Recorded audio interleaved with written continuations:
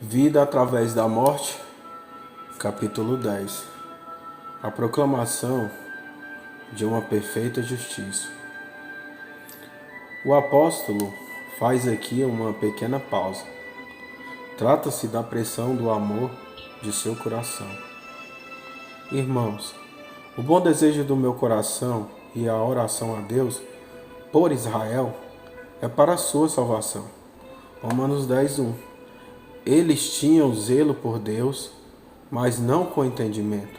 O apóstolo estava imensamente triste com os que causavam problemas e buscavam inquietar os Gálatas. Sim, ele desejava até que fossem cortados. Gálatas 5:12.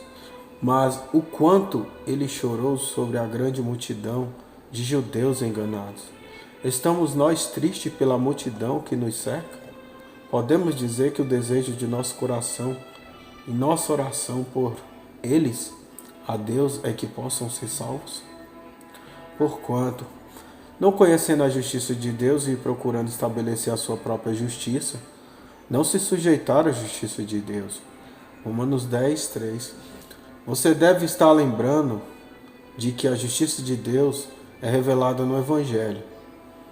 Veja os capítulo 1, versículo 17 e capítulo 3, versículo 21 ao 25. Assim, os judeus que rejeitaram o Evangelho permaneceram necessariamente ignorantes daquela justiça. E assim acontece até o dia de hoje. Todo aquele que rejeita a revelação de que Deus é justo e ainda o justificador do ímpio, acaba, se estiver ansioso para ser salvo, buscando estabelecer sua própria justiça, recusando-se assim a submeter-se ao fato de que Deus é justo, é justificá-lo gratuitamente, por meio da redenção que há em Cristo Jesus. O encontro do pai com o pródigo, em Lucas 15, ilustrará este assunto. O pródigo, assim como o pobre gentil, caiu em si. A parábola toda é surpreendente. O pastor tinha vindo para buscar a ovelha perdida. Sim, como sabemos, ele morreu por ela. O Espírito Santo foi enviado desde o céu à procura o perdido. E agora o pai tem o seu gozo completo ao receber o filho perdido. Ele, o pai, vai ao seu encontro. Um profundo exercício de consciência havia tomado o lugar do pródigo. Um senso de que havia abundância na casa do pai e uma prontidão em confessar seu pecado. Isto é o que sempre marca a obra do Espírito. Todavia, até aqui ele ignorava acerca do melhor vestido. Ele esperava ser um servo, como acontece em cada coração humano, mas estava totalmente ignorante do que lhe estava reservado. Tudo o que tinha eram seus trapos, sua culpa, sua vergonha. Tudo isso ele reconhecia diante de seu pai. Tinha ele uma túnica para apresentar a seu pai? Não tinha nada senão trapos. Teria o pai dito a ele que fizesse uma túnica, uma vestimenta que o deixasse adequado para entrar em sua casa? Não. O pai tinha uma túnica para ele. Olhe para o pai. E quando ainda estava longe, viu seu pai e se moveu de íntima compaixão. E correndo, lançou-lhe ao pescoço e o beijou. Lucas 15:20. É assim que Deus vai ao encontro do pecador arrependido, que está em seus trapos, sem sequer uma túnica. O pai disse: trazei depressa o melhor vestido, e vesti-lhe, e ponde-lhe um anel na mão, e alparcas nos pés. Lucas 15:22. Do mesmo modo, o gozo enche o coração de Deus ao receber um pecador perdido. Mas não acontece o mesmo com o irmão mais velho, que prefere lutar por uma justiça própria.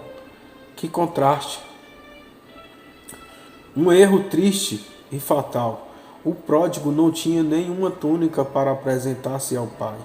Ele não tinha nada além de trapos e pecado. O pai tinha a melhor roupa, a justiça de Deus para o pródigo. Sim, e o anel para sua mão. Prova de amor eterno. E o andar condizente também lhe foi providenciado. sandálias para seus pés. Tudo novo e tudo proveniente de Deus. Israel, assim como o irmão mais velho, não podia ter uma compaixão e justificação de Deus. É certo que estavam ignorantes acerca disso, porquanto não conhecendo a justiça de Deus e procurando estabelecer a sua própria justiça, não se sujeitaram à justiça de Deus. Romanos 10, 3. Eles haviam seguido a lei da justiça, haviam tentado guardar a lei para serem justos, haviam tentado fazer uma túnica para apresentarem a Deus.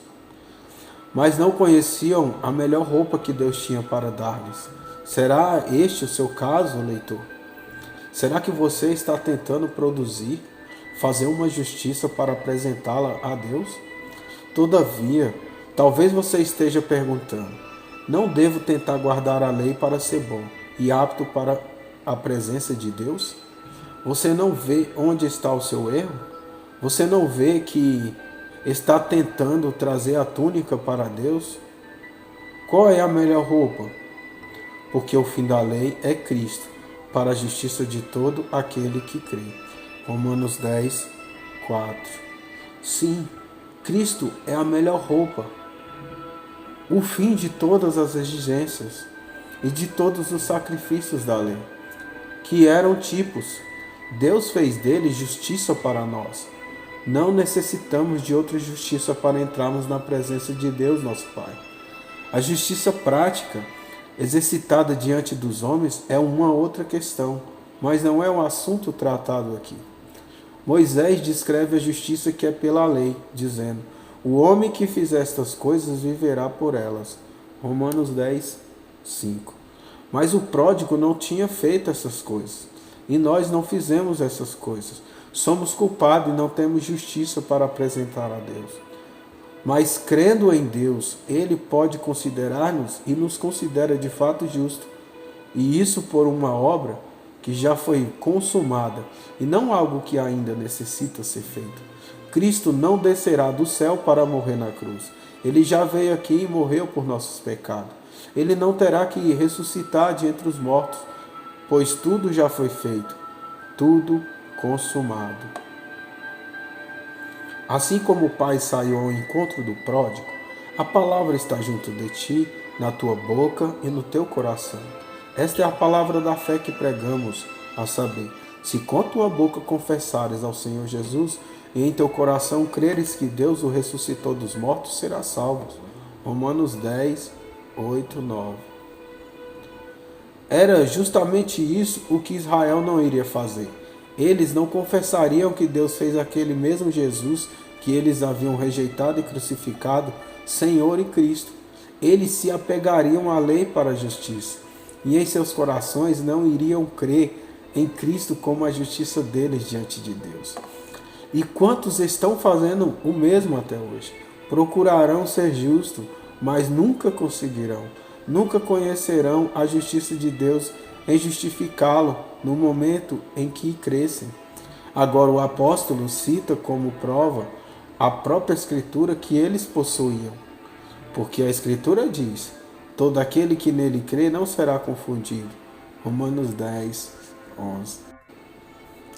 Isto prova que haveria um tempo em que a doutrina do não há diferença estaria em vigor, porquanto não há diferença entre judeus e grego ou gentios, porque o mesmo é o Senhor de todos, rico para com todos os que o invocam. Porque todo aquele que invocar o nome do Senhor será salvo. Romanos 10, versículo 12 e 13. Joel 2, versículo 32. Que bendito fato é este! Todos, seja judeus ou gentios, que verdadeiramente se achegam ao Senhor e invocam, estão assegurados das boas-vindas, assim como aconteceu com o pródigo. O que você prefere, leitor? Nunca ter pecado e ter produzido uma justiça que o deixasse apto para comparecer diante de Deus, se fossem coisas possíveis? Trazendo assim uma túnica para Deus, ou reconhecer tudo o que você é e tudo o que praticou, e agora, como um pecador merecedor do inferno, confessar com sua boca e crer em seu coração no Senhor Jesus, como sua eterna justiça diante de Deus? Não podemos nos detestar muito a nós mesmos, mas que profunda compaixão. Aqui nos encontra exatamente como estamos e nos veste com a melhor roupa, com anel e sandálias. E como nos é dado conhecer essa justiça de Deus?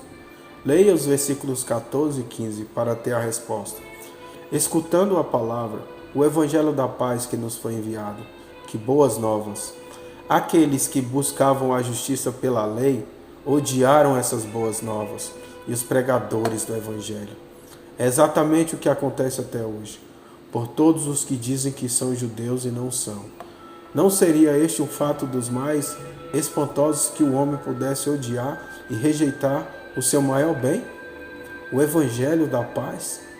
O homem tentará ou pensa poder tentar atingir algum dia a sua própria paz com Deus.